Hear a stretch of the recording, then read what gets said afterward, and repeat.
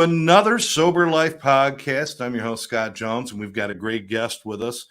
Just want to remind you that if you like this show, make sure you subscribe to the channel and certainly share it with your friends. We're constantly bringing you new stuff about, not just about recovery from addictions, but recovery from everything. And pretty much everyone out there needs help with in some way. Correct. So there's always something going on. Let's see. Yeah, and if you want to put your comments in, if you're watching on YouTube, just put it in the comments. Facebook, put it in the comments. We'd love to answer your questions.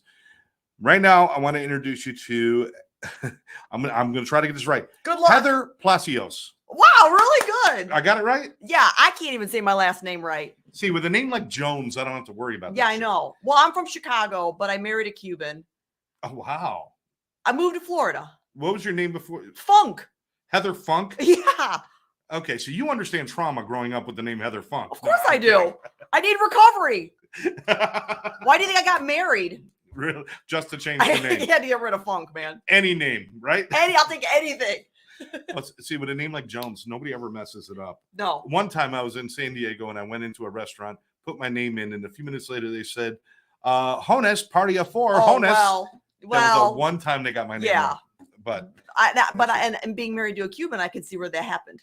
yeah, I mean, I'm sure you get 1,000 different. So it's People. Palacios. Palacios, Palacio, Palacacos. Oh my God, Heather, we met a while back. You took one of our trainings. Oh and, yeah, so good. You know, from about interventions and dealing with addictions and mental health. And we got to find out what you were doing, which is absolutely amazing. Let's start off. First of all, it's called Wonderful. Mm-hmm. So you can hold it up if you want. All right. But it's called Wonderful, and it's about what? And it's a life box. So Wonderful Life Box. Yeah. So we provide life boxes to anyone, anywhere, going through anything, so they will not give up. Because I believe that one more suicide is one too many. And since our inception in November 2020, 32 months later, we have done 10,911 life boxes to all 50 states and 14 countries. I just typed this wrong. But what made you start it though? What'd you type wrong? Did you put it's got the H in there, you know? Yeah, I know. I did it wrong. See? That's wonderful. Wonder. I can't win with my names. I got too many. Your names are all messed up. Wonderful Funk Placas. There we go. There we go. Now we got it. Save and let's put it up there. There you go. All right. So they can go to wonderful.com. Mm-hmm. Okay. You got the light box. What got you going in that direction though? I mean, you know, this is right. Well, you know, I've been reaching out and ministering to and connecting with people on the fringe of life since 2000. But during the shutdown, during the COVID pandemic shutdown, I could no longer visit psychiatric wards and hospitals and detoxes and prisons to encourage these people. We couldn't go anywhere. So my friend Julie came over, and out of my dining room, we started shipping what I normally would have taken in a visitation to somebody that's struggling. And that became known as the Life Box. And in 32 months, we've done 10,911 life boxes. But struggling with what specifically? Anything. And the reason I know that sounds so, so like, yeah, general, but suicide happens for so many reasons. And I don't want anybody to die by suicide. That's the lane I stay in, Scott. Now, y'all don't know this, but Scott is multi-talented, stacked with talents. And we'll get into that later because it's unprecedented how gifted he is in so many areas. Me, I'm a simpleton. I stay in one lane, help people not die by suicide. And so there's no life box request we'll turn down. You could, for anything. So, all right, let's go to the beginning. Okay. Because you're not just born and say, I'm going to hand out boxes to people who want to do suicide. Right. That's not something, I'm sure you didn't do that in show and tell at school, and Right. it wasn't where you were going. Right. Where were you going, and what happened, and what put you on this direction? Right. So at 8 years old in 1981, living on. And she's from Chicago. We're not going to hold that against her. No, don't hold that against me or my accent. I can't get rid of it. I was 8 years old and living in the Midwest and didn't want to live. And in 1981, that was very unprecedented, unorthodox. There was no mental health movements, agendas, coalitions, blah, blah, blah. There was nothing. But it's corroborated by my 8-year-old journal that I still have and a letter on my butterfly stationery that I mailed to my grandma saying, I just want to die. Where was that coming from? There's, generally when there's a darkness like that, it's pointed in a direction. Mm-hmm. It's either coming from a lack of self-knowledge or self-love, or it's coming from pressures from maybe family or pain.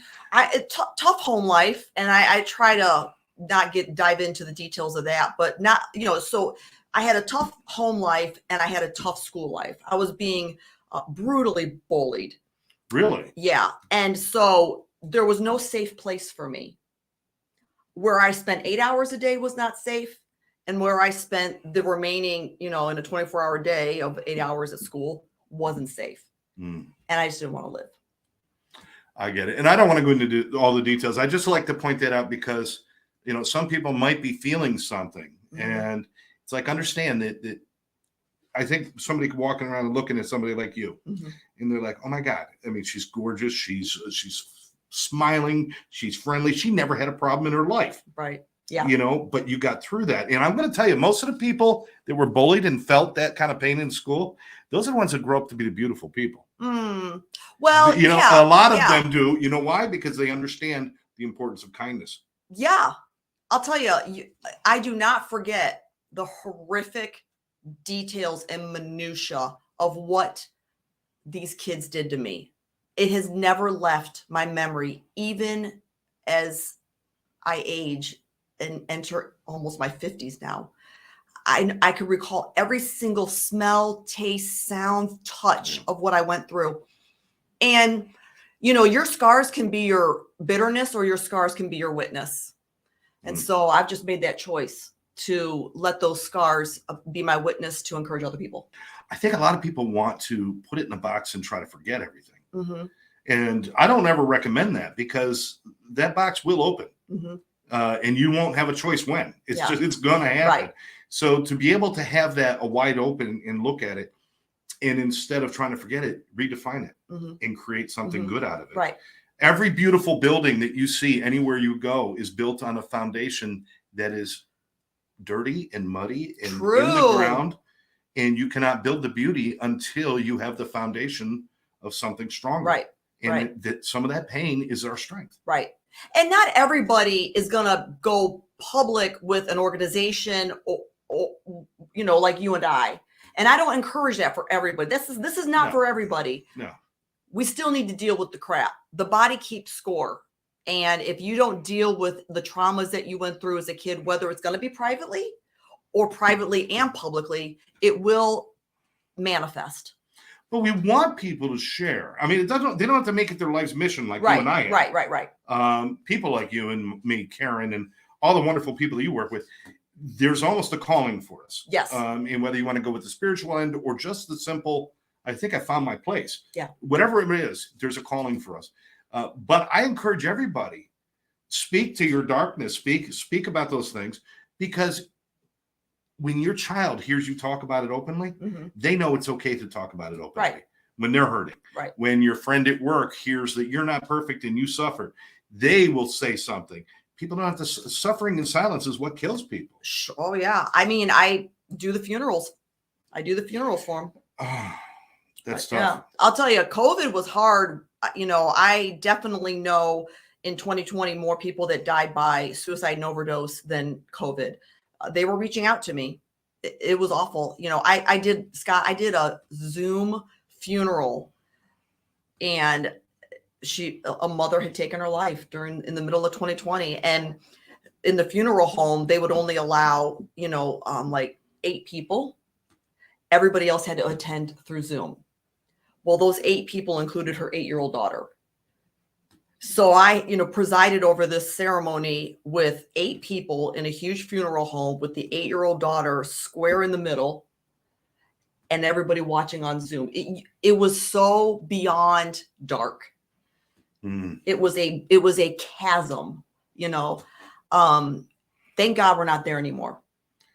You're choosing to do something that is innately painful. Mm-hmm. Because we can't save everybody. No. I mean, we should try. We should always try. There's never a point where you say, I can't help them. You help them until you can't. I mean, you help them until it stops. But there's got to be times when you're lying in bed saying, I can't, why am I doing this? Yeah. This hurts too much. Right. Well, it's weird. And not everybody understands, like you and I do, that we have an ongoing struggle and we're helping people with that same struggle. My suicide temptations are not in my past. I still struggle with wanting to take my life.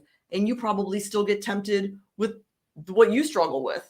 Maybe you don't. I don't want to speak for you. It's not necessarily like a temptation as much as I get reminders all the time. Yeah. I get reminders. And sometimes it's even that I can't believe I used to be that. Right. And I've got to remind myself, do the right things or that will return. Right.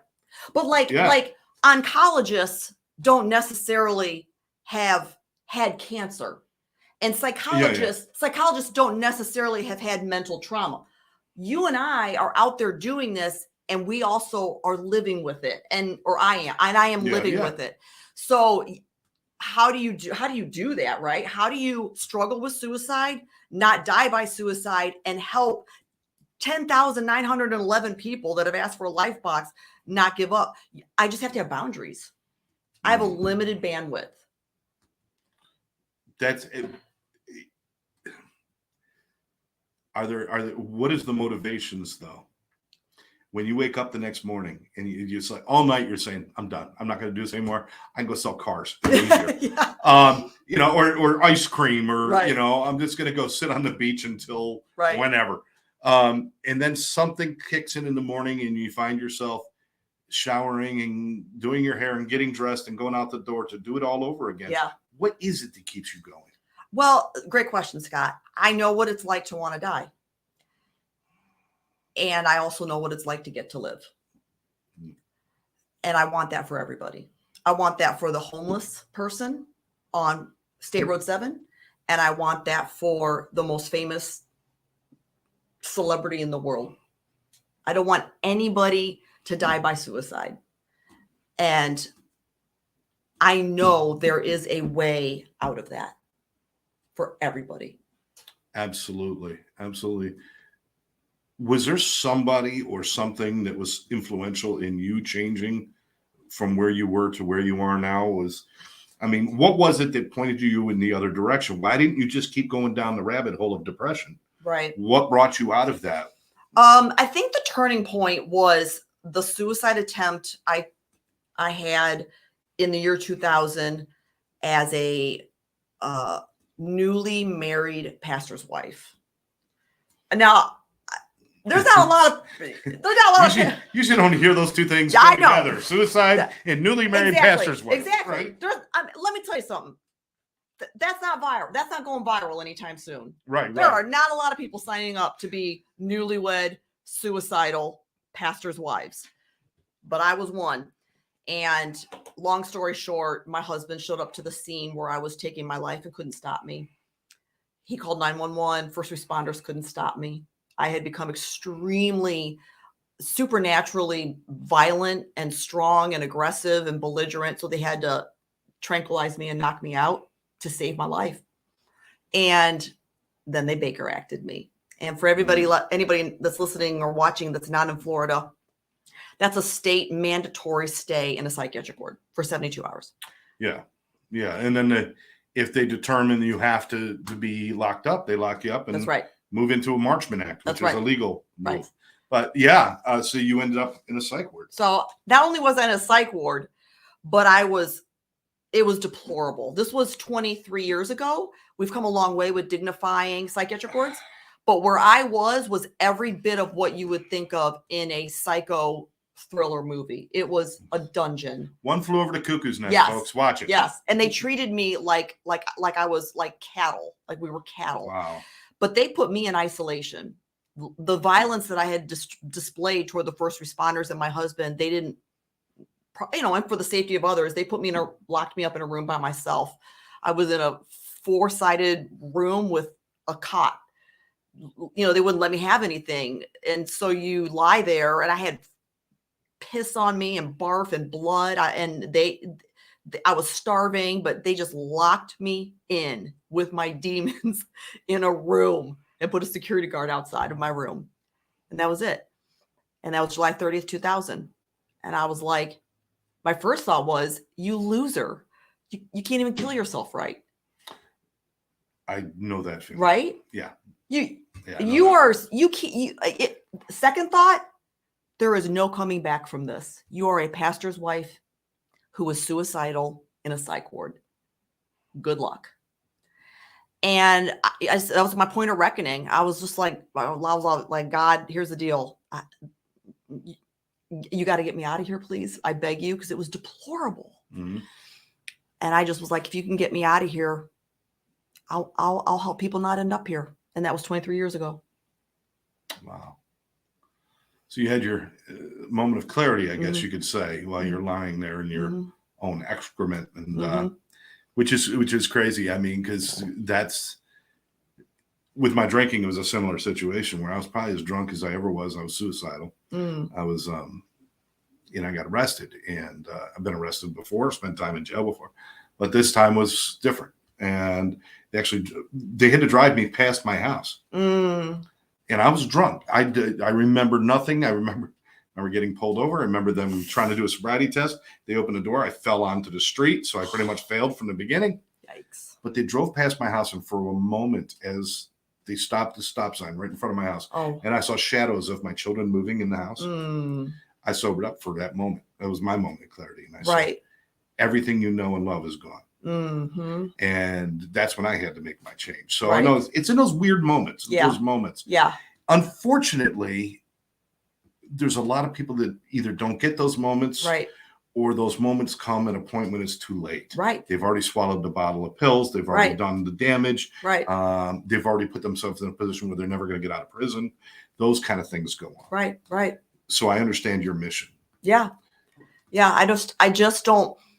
And like Scott, I can't fix what's causing people to want to give up. I can't bring back the child they lost. I can't fix generational curses. I can't take away that craving for that addiction. I can't do any of that stuff. I'm a simpleton. I just you keep saying that. I just don't want. You're not a simpleton by any way, shape, or form. I have to stay in my lane. And my lane is nobody can help you if you're dead. None of the experts. So let's all stay alive, and let me get you a life box, and let me get you some resources, and let's start from there. The life box, to me, it's like that moment when you're in the water, you're about to go down, and you see that life preserver, and somebody throws it to you. You know, you still got to grab it. You still got work to do. Right. But there's hope. And more importantly, somebody sees you. Yes. And somebody hears you. How important is that? In those moments? Because I've battled with suicide, and one of the lies that almost caused me to take my life as not only a pastor's wife but a mother was that you are replaceable and you wouldn't be missed. Or the world's better off without you. Yes. You had that one. Yes. And that becomes wickedly believable when you're vulnerable and isolated and alone. And so the life box is curated to every single person's situation. And I know that sounds so not sustainable, but I'm not worrying about that.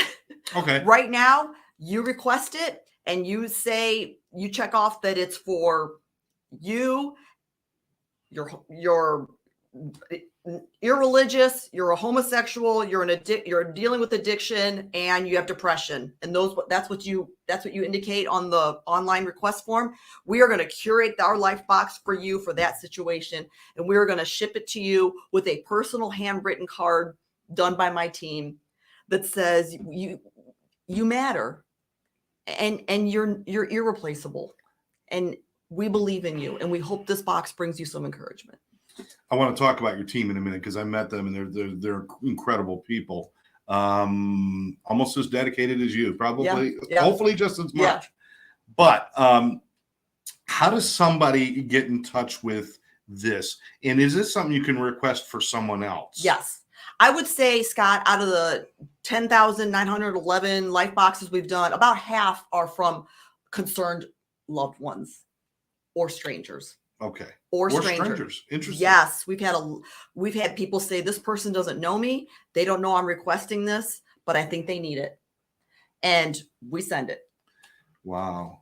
Now, they have to pay you then a whole lot of money, right? Yeah, no, they're always shipped for free. Wow. Wonderful. Just keeps praying for resources to keep going. But no, they're never charged. And we, not only that, Scott, they are 2-day priority shipped because time is of the essence when you want to give up. This is one of the problems I found. There's a lot of programs out there that will wait and will help you, but we can't help you now. Yeah. That's like walking across a bridge. Somebody's about to jump and saying, I could help you, but I'm going to have dinner first. Right. When I come back, if you're still here, right, I'll help you. Right. But we have to help them immediately. So I'm glad you do that. Yeah. 2-day priority. And the postage is killing me. But I just keep the faith, and we're just going to keep doing it. It is a wonderful thing. You do accept donations. We totally accept donations. So if you check out the website, and you can give a couple dollars. You can sponsor a life box for somebody for $25. There you go. $25 will cover the life box full of stuff and the shipping. So you could sponsor this for somebody and help them not give up. So give me an example of what might be in a life box. So I brought, great question. So funny you should ask, Scott. Yeah, you just happen to have them stacked right there. Look at you. So this one was for a male that is battling depression. Okay. Okay. So, first of all, you open it up and there is a QR code here. And if you scan it with your phone, it's a personal video from me, because I don't want these people to think I'm looking down on them trying to help them. I want them to know I'm with them. Wonderful. Yeah. That's good. So they can find out, they'll meet me on that video. But you open it up, and for a male for depression, of course, there's the handwritten card. Handwritten card. Everybody gets a wristband that says never give up. Do you have one? I should give you one. No, I do not. I need to give you one. Stress ball, a Pop-It keychain. How about that? I love these. Lifesavers, get it? Play on words. Oh, perfect. Yeah. This particular one, like I said, is for a man battling depression. So there's a Bible in here, but there's also a resource called Hope for the Depressed. And there's even a more specific one, Men with Depression, a resource in there. And then, Scott, like people like you and me, when we're going through the dark seasons, our mind's our worst enemy. And we got to get our mind off our mind. So we're very intentional to give people something to do. That's why they get the Pop-It keychain. That's why, look at this guy. This guy's getting a crossword puzzle book and a journal and a pen and a 988 lifeline card and what to do if you start to panic, how to calm yourself, and Post-it notes and chapstick and tissues. Because when you're sad, whether you're a dude or a chick, you cry, man, you're hurting. So that's just some of the stuff we put in there. But when you open that up, you're not just opening up a box of doodads and things. Right. You're opening up a box of someone cares. Yes. You're opening up a box of possibilities, of, like you said, resources. And if somebody gives you a Bible, I don't care whether you believe in the Bible, study the Bible, don't do it, not religious, agnostic, atheist. I don't care what you are. When somebody hands you a Bible, there's a special meaning in that. I'm sharing what I feel, my faith with you. You don't have to adopt the faith. Right. Just understand that I'm willing to share it. Well, I just want, and that's important. Yeah. Oh, yeah. I want all of this I want everybody to know that's listening. I practice what I preach. What's in here is what I have used. And Scott, I don't want to brag, but I have struggled with suicide for 41 years, but I'm still here. So my integrity demands that I put in these boxes what's worked for me. And that's why they're curated the way they are, as well as to the person's specific plight. Wow. See, that's amazing. We've got a couple of comments here. We've got Sandy saying, amazing message and life work. Thanks, Sandy. So, she's with us. It's my mom, by the way. That's I know, but she's a great artist Sandy, too. mom. Yes. Sandy, you're such a good painter. I love the two pieces he has over here, especially the songbird one. And Anna Schaefer. Oh yeah, I is know. with us saying, Yeah, hearts and. I know Anna. Hi, Anna. Thank you for joining us. Certainly, if you have any questions, we still got a little bit of time here. But all right, so this is really important. Where do you want to go? I mean, you've done 10,000 boxes. You let's say we've impacted many more lives than that just because of what you do. And I was impacted the first time I saw what you guys were doing, because I'm like, look what these people dedicate themselves to. Yeah. How many people don't even think about the other person or Right. what's going on? Right. How many times do we have to have a Robin Williams in this world where we take all the good stuff, but we don't look at what's really going on with them? Right. What do you want people to know? What do you want people to take away from this and maybe continue on? Well, that's a great question. And I know you said I'm not a simpleton, but I do think in simple terms. So I'm going to answer this in a simple way. I think that humanity is represented by this huge jigsaw puzzle box that the guy upstairs holds. Mhm. And every piece in that jigsaw puzzle box represents every single human being that's ever been on earth. And if I take my life, I remove myself from this beautiful, perfect jigsaw puzzle that's complete because I'm in it. And so if I die by suicide, nobody could go back to the box and find a backup piece. And nobody can go back to the jigsaw puzzle box and find a piece and contort it to fit into the space that was designated for me. Everybody is the only one of them.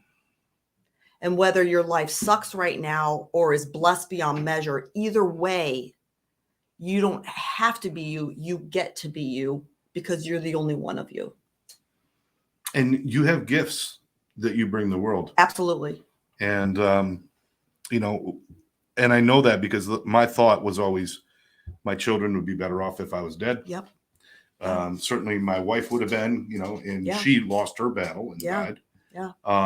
There was a lot of that kind of thinking going on. Yeah. And I thought that my place in the world was a place that should be eliminated. Right. Yeah. No. And then I find out the truth about that and what Right. we all learn from each other and what we all do for each I other. mean, and here's what I tell people that are even serving life sentences in prisons.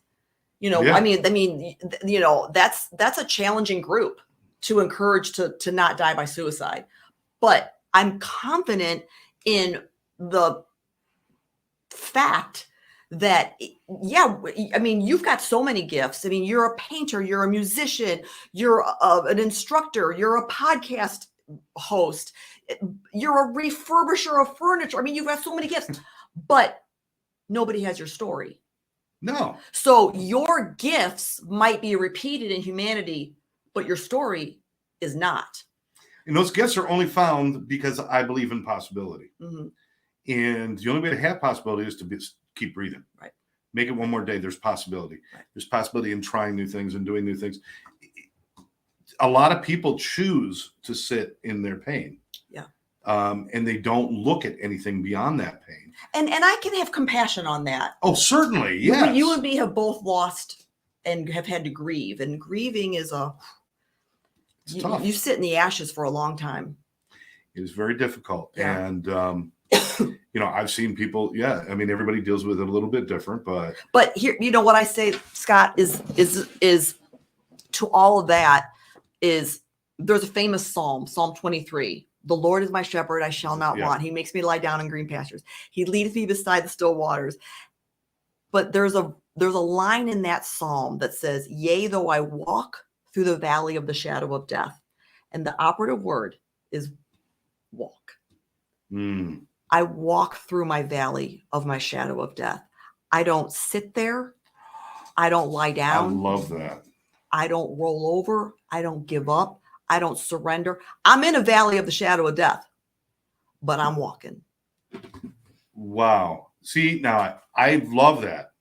You know, walk through the valley of shadow of death. I should fear no evil. I never thought about how important that word walk was. Walk is the operative word. Because if you're not moving, Then you've given up. Yeah. And if there is no hope in giving up. There's no Right. faith in giving up. There's nothing in giving up. Right. You have to keep moving. If you just sit down in that cesspool in the valley of the shadow of death, you hurt you hurt everybody looking up to you, and you hurt everybody down the road that missed out on your legacy. We see that in addiction all the time, in alcoholism, where you can see where they're like, it's never going to change. Yeah. I'm never going to be different. I reserve myself to this is how I'm going to die. Yeah. And that's pretty much setting down in the valley of death. Yeah. And with suicidal ideations, Right. self-loathing and all that stuff, Yes. that's very possible too. And generational curses. This is the way it's always been.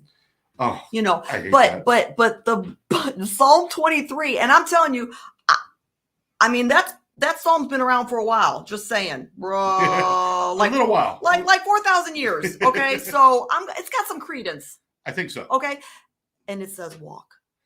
It makes so much sense. Yeah. It makes so much sense. If you're stepping on broken glass, you move your ass to the door. You get moving. Walk. You can stand in it and bleed. Right. Or you walk. You walk. Yes. Is it going to be a painful walk? Right. Yes. Right. But it's a walk with purpose and goal and direction. Right. Right. You know? Totally. I love that. You're 10,000 boxes. You certainly go to wonderful.com. It's right there on the screen. Check it out. Hey, if you could donate. If you got somebody who's in need, please call on them. Yes. But what do you want to see happen with this? I mean, you can keep going and doing this, but do you have broader visions about this expanding and seeing this in more places and more? Yeah. Because I mean, you can only handle so much. Right. But and I've wrestled with the vision of it, Scott, because it can't be an assembly line product. No, that's why you need local people doing it. So then I'm thinking, I wonder if someday down the road there becomes wonderful chapters throughout the country. That I think would be awesome. Yeah. I think that'd be terrific. You're in New York City, you're in Chicago, you're in that would help on the postage too. Just saying. You're in Boston. Not that I want to help anybody in Boston. Oh no, I'm kidding. No, we'll forget. Where are you from? No, I'm from Syracuse, New York, originally. Oh God. But I spent 20 years. I spent 20 years in Jersey. Okay. And worked in Philadelphia for 20 years. So do TV and radio. So do New York, and I can see another gift, people. Another gift. I'm telling you, like if I could quote DJ Khaled, and another one. Okay. He's got gifts on gifts. But is there a beef between New Jerseyans and Bostonians and Chicagoans? It's really New York City and Boston. That's the beef? Me, it's Philadelphia. Philadelphia has a beef with Dallas and New York. And that's what, I did a lot of work with the Eagles and different things like that. So, but let's get back on track here. Sorry. We've been talking about all that stuff, but it would be cool to see chapters. Yeah, maybe. Do you need help here? Do you need volunteers? We do. Is there any kind of help that you need with even product or something? Right. So we have an Amazon registry where people can donate items that we need for the life boxes. And we also have a warehouse where we need help curating them. We do a lot of students because they can get their service hours. So, and I'm very generous when I sign the service hour document. But we have retired people, we have college students, just email me and we'll first set you up on what we call a tour and tea, where we give you a tour and a t-shirt. And then after that, if you're like, yeah, man, I see myself volunteering here, then boom, you'll be added to the volunteer roster. Tell me about some of the people that are working with you now. Are these good? These are good people. Solid. Great. And I'm glad you asked that. I do a lot of interview podcasty things. Nobody has ever asked that. So really? No. This is getting the Oscar nom right here. This podcast.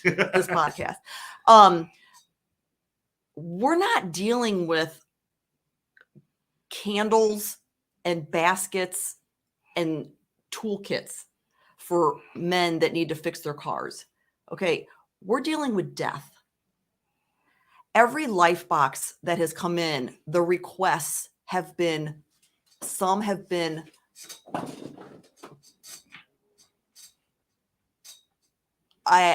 you can't even release your mind from the reason they're requesting it. You can't even, you ruminate on it. Yeah. We had it, for one example, at Christmas time, a mother that was suicidal because her daughter murdered her fiance and killed herself. We did a life box for a little boy whose mother was planning the murder of her little boy and the suicide of herself. And the authorities got tipped and got involved. And we sent a life box to the little boy. I mean, this is just two. Okay. Wow. So the team that signs up, or the volunteers that sign up and say, I'll make life boxes, it's not easy. It's not easy. It's not. I mean, you got to go to where do you find your people? At Saints R Us? I mean, where are you looking?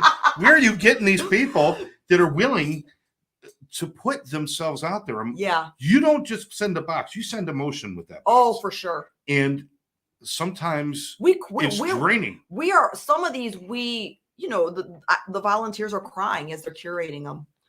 Anna's got a comment. She says, wow, love it. Valley of the Shadow of Death. Thank you, Anna. Oh, thanks, Anna. That's great. So these are great people. And, all volunteer. Yep. I have a few part-timers. I don't take a salary. But I do have, bookkeeping I needed to. No, you have to have that, and because you have a nonprofit. So you got to have somebody running that. And then someone running in the office is Julie. And so but we have like a volunteer base of probably like on rotation, 50 people that willfully come in during different times of the year and curate these boxes. And God bless them, because that's a mental sacrifice. I got to tell you something. You've described yourself as simpleton. Mm-hmm. You described yourself as very, just doing your little thing. Just doing my little thing. And you have motivated 50 people to change the world. Yeah. Oh, that is beyond amazing. Thank you. If each person can motivate 5 people to do the right thing. Yeah. Imagine what this world would be. And here you are, you got 50 people all following you into this. I'm going to ask us, what is the story of the very first box you sent? I got to know this. How did this box come to be in the brain of Heather? Right. So it was during COVID, during shutdown, and a acquaintance of mine reached out to me, left me a voicemail crying because she just didn't want to live anymore. Now, I am a white Christian heterosexual that struggles with suicide. She is a Jewish lesbian who struggles with drugs and alcohol. Sounds like a best friends right there. And she was so close to taking her life. And so I said, well, I can't visit you because we're in a shutdown. So let me just make a box of things for you to give you hope. Okay. And it was just that simple. You said, let me get a box of things together. Well, let me put it, what has helped me. Yeah. Okay. I'll just hold on. Okay. Let me make a box of things that I've used. Don't give up yet. Just at least let me get this sent to you. And she had her coworker video her while she was opening it. And she was undone. She was gushing tears, wiping her face so she could see as she was pulling out the items. Are you going to get me going? And then as COVID went on, not only did she not die, but she started reaching out to me for the other addicts in her community, wanting life boxes for them. Wow. Yeah. So after that, I was like, God, give me the sustainability to do this until you tell me to stop or take me home. Yeah. I'm sure you've had miraculous moments and moments where. Yeah, we've had miraculous moments. And to be honest with you, there's been some where it's made me want to quit. Yeah. We had to set up a memorial page on my website of Lifebox recipients that went on to die anyway. And I can't even say it because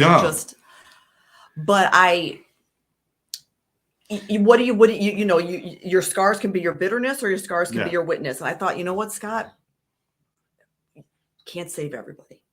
No. And, I just, myself, five friends committed suicide. 5 people in my life that were close friends. It was all wrapped around addiction and mental health stuff. And then as far as overdoses and stuff, I can't. Yeah. I wish I can't count, and Right. I can't count that high. Right. It's pretty much nearly a weekly thing where we hear about somebody that we've had, because we've worked with so many people Right. over the years. Oh yeah. You lose, and there's times, damn it, I don't want to do this Right. anymore. Right. And then again, you find yourself Right. lacing up the boots and going Yep. out and saying, but I have to. Yeah. But I have to. Yeah. And then there's the miracle moments to make it all worthwhile. Yeah. Yeah. Um, Once in a while, when people circle back around, it's so cryptic. I don't know you, and I don't know how I got this life box, yeah. but I just wanted to say thank you. Yeah. I mean, it's a gift from, it's so much more than just getting a box of things. I'm trying to explain this. When a child opens a gift, Yes. it's not necessarily about the gift. It's about they are receiving something, and their whole body and soul is involved in the receiving of this thing. That's why we love to watch kids open gifts. Right. That's why as adults, we don't like getting gifts, Right. because I don't want to put out all the effort it takes to act excited. Right. 'Cause we don't get excited Right. about It's like, thanks. Oh, a tie. Do I have to smile big or just little? Right. But we watch children, and when somebody is that deep into depression, into suicidal ideations, into addiction and Yeah. mental health issues, and they receive something that And most are not expecting complete this. surprise. Yep. Most are not expecting it. It's almost like it takes over their whole being for just that moment. It's a wonderment. It's a wonderment. People have held on to their actual boxes. It's just cardboard, but they've actually, people have actually sent me pictures where they put it on their dresser. Keep it. We've also had a couple of misunderstandings, full disclosure. Well, the name itself, we have to bring that up. Wonderful. That's just that's because the founder, me, is a female. So I was like, I want to stick an H in there. Why the heck not? But I mean, we do life boxes for men, women, children, students, elderly, Spanish, young, old, anything. Gay, straight, religious, irreligious, addicted, sober. So you just got to be a human being to qualify. You have to be a human being, and we just have to gather a little bit of information so we can curate it to the situation. And even if you don't, even if someone requests one, then my team knows how to put it together on a hunch. That's, sometimes you just got to go on faith. That's right. Is what we do. And we don't turn down anybody. We had somebody request a life box. They felt suicidal because they had to put their cat to sleep. We curated a pet loss life box for them. That is so cool. Yeah, sure did. That is so cool, because, some people are serious about that stuff. That's right. And everybody's different. If your team loses in the Super Bowl, don't call for a life box. Right. Right. But if the stock market went down, yeah, come on. You didn't win the lotto. No, we don't turn down. We don't turn down anything, though. Honestly, No. we don't turn down anything. My team is awesome. I've tattooed it on their faces. We say yes to every single request because we're not that person. We don't know what it's like being in their shoes. I have some national podcasters that work out of California and some other places that actually have large national shows.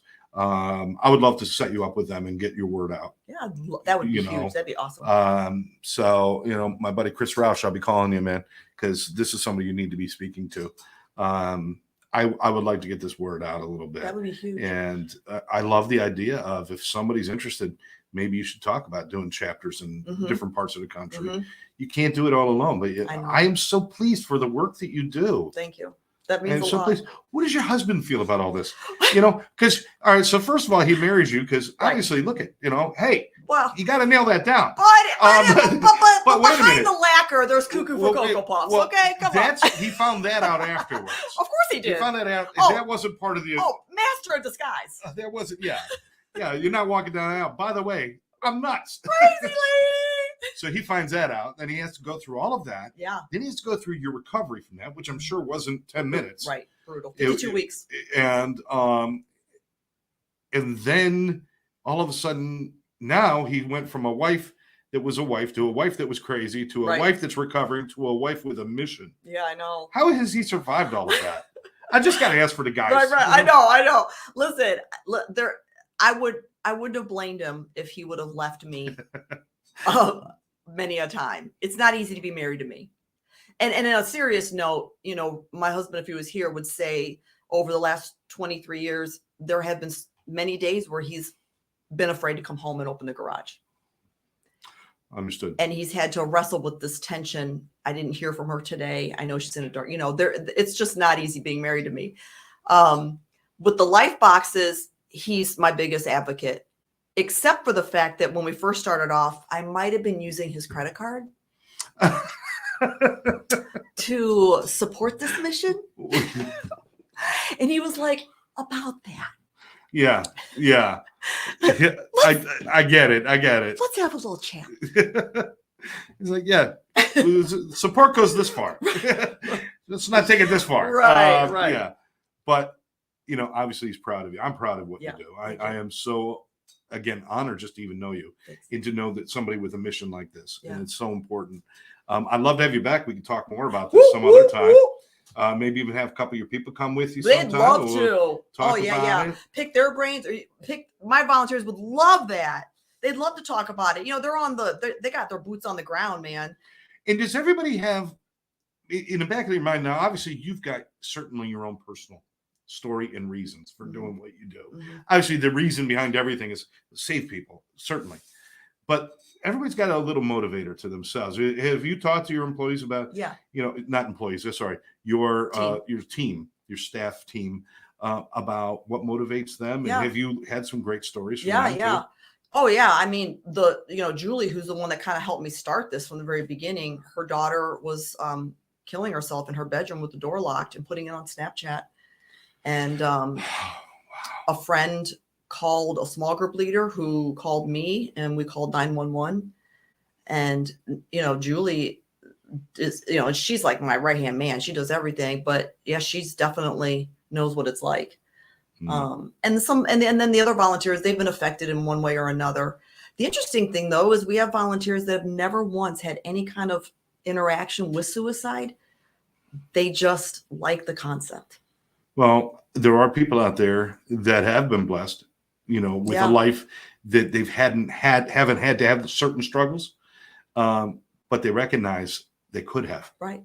Maybe, or that their son or daughter could, or that their aunt or uncle could. Right. And they want to give back. Yes. And I think that's one of the things that's missing in this world. Certainly people who have been through the darkness want to run around with flashlights for everybody else. Yes. But there's a lot of people that have never seen the dark that don't own flashlights. They don't even care. Great analogy. I'd love to see people out. Everybody should have a flashlight. Everybody should help everybody. Right. And I'm telling you right now, the magic behind all of this, and it's magic, it's faith, it's miraculous, it's all these things. But the real magic behind this is people need to know that they're seen. Yes. They need to be heard. They need somebody to acknowledge their existence. Right. Because at the end of the day, that's the last thread that breaks, is when you feel your existence isn't even there anymore. Nobody would miss me. Yeah.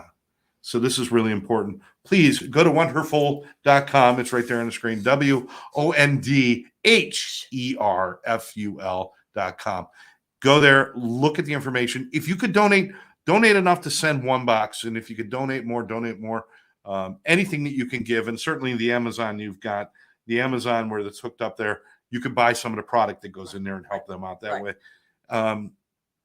You know, helping somebody doesn't mean you have to see who you're helping. Right. Helping somebody just means that you do something. And, you know, the only way for evil to prevail is for good people to do nothing. So do something. Do something. And he preaches. I don't preach. What? Gifts on gifts. Gifts on gifts. I actually was a minister. Of course you were. Of course. Next thing you're going to tell me is I actually led a country once. No, just the Republican Party in South Jersey. Okay. Anyway, I want to thank everybody for Heather. Just God bless you. You're awesome. Thanks, what man. you do is fantastic. We're in this together, Scott. Yes, we are. And anything that obviously Karen and I can do here for you guys, you want to get your word out. Yeah. This is an open studio, an That's open awesome. forum for you. Anything you guys need, we're there. That'd be awesome. Thank you. Thanks for believing in me. Always, always. And for all of you out there, again, please check it out. We want to thank Heather for joining us. I want to thank, we had a few people commenting, a bunch of people out there watching us. So I appreciate you taking some time on this Friday afternoon to watch. And if you're watching the replay of this, please remember, like this page, share it with your friends, and more importantly, reach out and do something good. Do something good today. Instead of going out and spending that $25 on the movies today, why don't you send $25 that'll send a box to somebody who may never see a movie again, all right, without your help. So that's good. We need that. Thank everybody for joining us. We'll catch you next time right here on the Sober Life Podcast. Take care.